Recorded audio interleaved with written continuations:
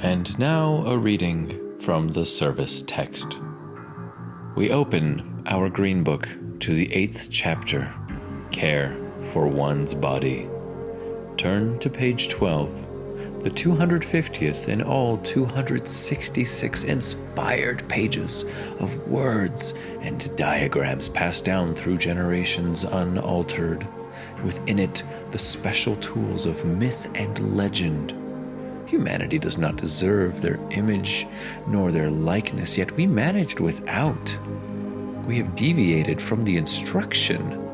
It is within these final pages that we find the last, but certainly not the least, words of service and of warning, of repair and penance. I will be your guide and teacher on this journey. Let us begin. Remove the molding from the rubber strip by inserting a moistened nylon putty knife and moving it all around between the strips. Do not pull off the trim molding. Push over the joining pieces to one of the halves of the molding. Remove the trim molding by prizing out the ridge of the rubber strip from the molding with a moistened wooden putty knife and releasing the trim molding in the middle with another putty knife, as shown in figure 17. Prise off the molding carefully while releasing the rubber strip with the other putty knife. Fitting. Moisten a 4mm or 5/32 inch leather cord in soap solution or paraffin and place it in the groove of the rubber strip for the trim molding. Place one half of the trim molding in position and hold it there while pulling the leather cord out upwards over the molding so that it is pressed against the rubber strip as shown in figure 18. Push over the joining pieces and repeat the procedure with the other half of the molding. Adjust the position of the joining pieces over the joints. Trim moldings for rear window. See corresponding section under windshield molding. And that is all from today's word.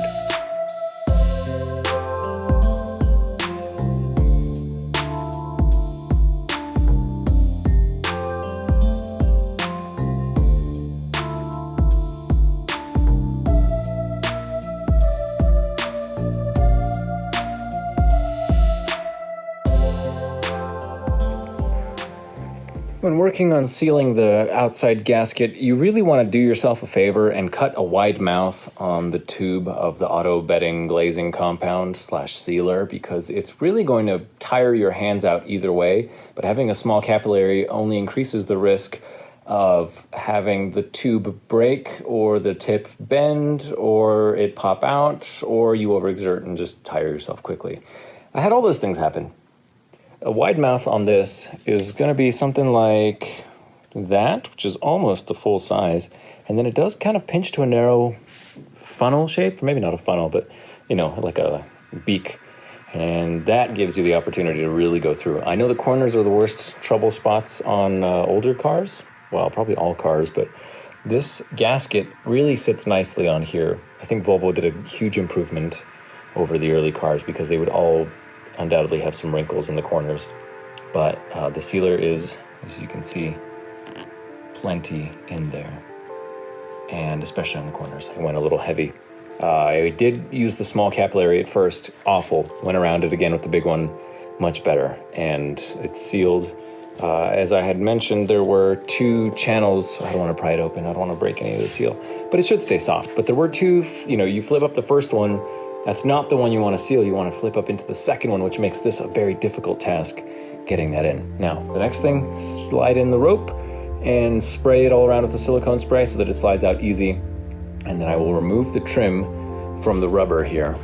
I'm going to clean it, and then I'm going to install it very carefully into the channel. These junction pieces slide over one direction or the other. It seems like they've already picked a side, so I'm going to leave them there. And then they slide back to center once everything else is roped in.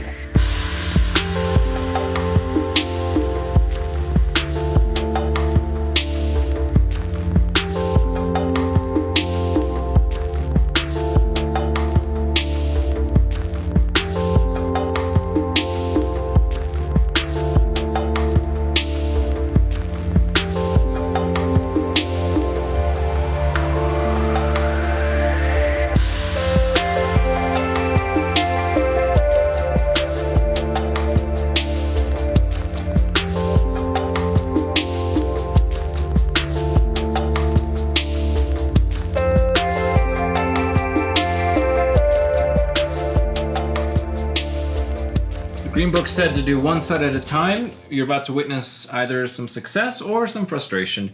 It's the corners that I'm most concerned about, but you already see that this one's lifting up.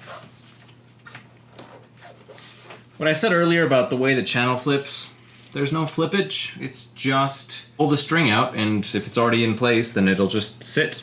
Hopefully she cooperates. Let's just give her another spray. This putty is getting in the way. As soon as it touches your arm, it sticks and then it goes on everything else. The easiest thing to remove this stuff is paint thinner, but you gotta be careful. Naturally, it's in the name. I ain't your father. And we'll start down here.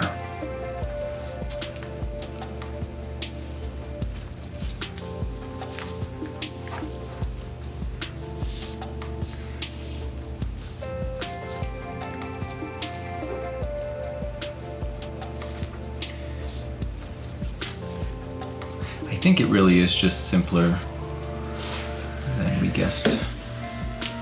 Oh, I'm gonna wait before I actually stick to that statement.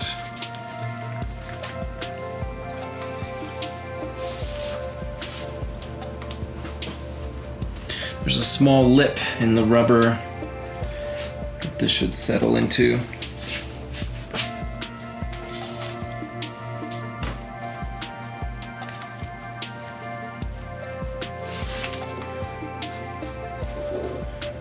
Okay, moment of truth. How well did we do on the corner? Seems okay.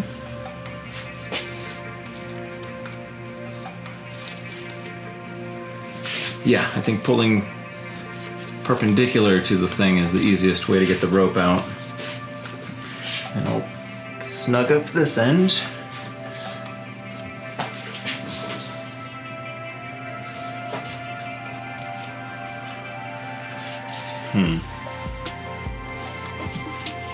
I don't know, I don't feel good about this one. Let's see.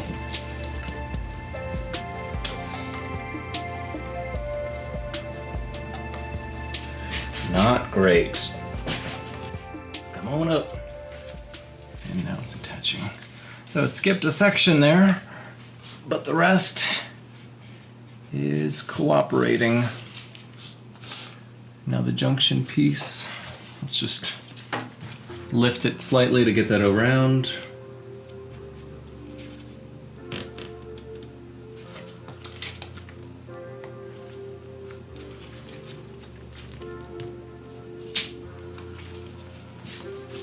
Okay.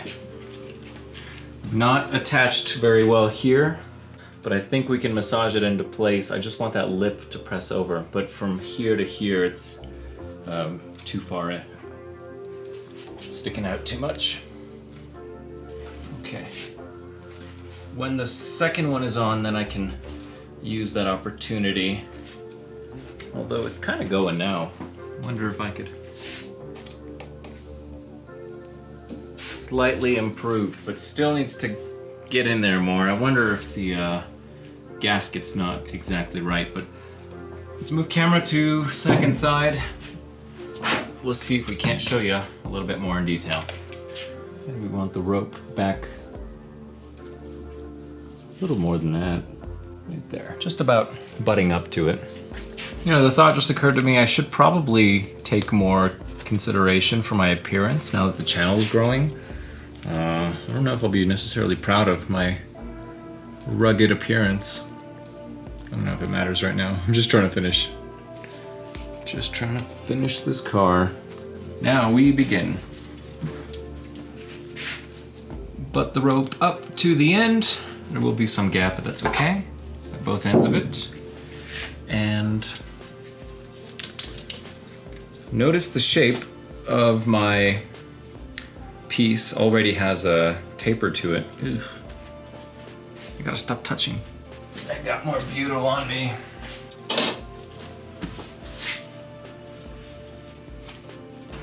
Missed it. Okay, I'll start in the backside here.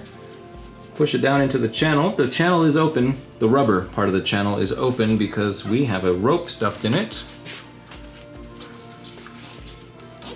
And as we come around to these curves, yep, it's going to be a lot of back and forth. Contour it. Help it along, help it along. Okay. And then pull. Make sure it's as far over as it can get. On the bottom, there's a little bit of flex, hopefully enough to get that started. Yes. And I'll worry about that in a second. Now,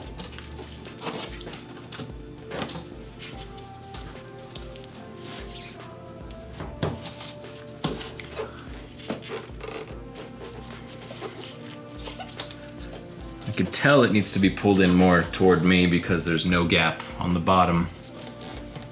But there's a hefty gap up top. So it's gotta kind of do this. Amazing, you know, there's some flex to these things. Get that all the way over until that little lip in the rubber flips over it. But I won't finish doing that until it's roped. That looks real good already. I think she's ready here. This side. Huh.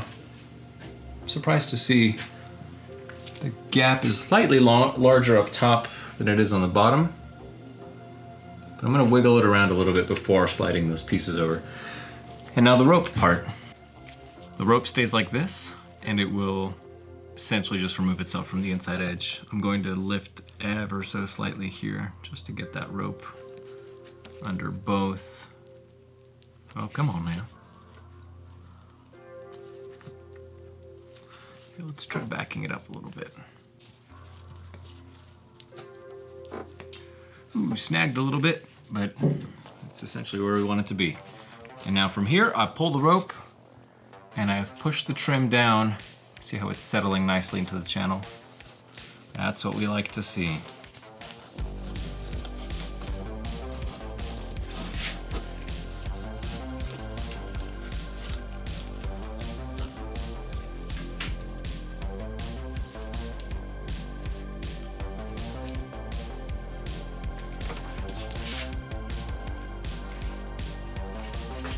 Okay, this is gonna be the troubling corner, so I'm gonna keep pressure on that, like clamping on it essentially.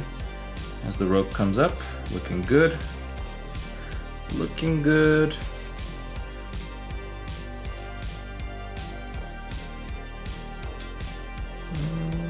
Almost. And yes! Perfect. Adhesion on that side. Continue applying pressure.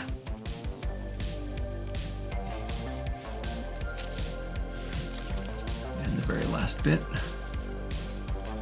Boom! Okay. The other side's not so happy right now. I'm gonna go revisit that corner, but it does seem to be sitting higher for whatever reason than this side. Plastic tool to the rescue. Found the culprit. Can't tell from this side, but the fact that it's sticking up over here, you can see some light through it. Yep. So back in here is a section, there it is, of rubber that did not flip up for whatever reason. And I think that's holding us up. Let's try flipping it up with like a small metal pick or something. Maybe that'll help.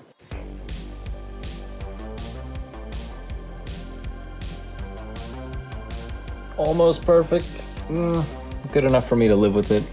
And the inside makes 90% contact. Well, that's enough of paint thinner fumes for tonight. I am ready to call it a pretty good day's work. Yesterday was not. Today, turned that all around. See you tomorrow.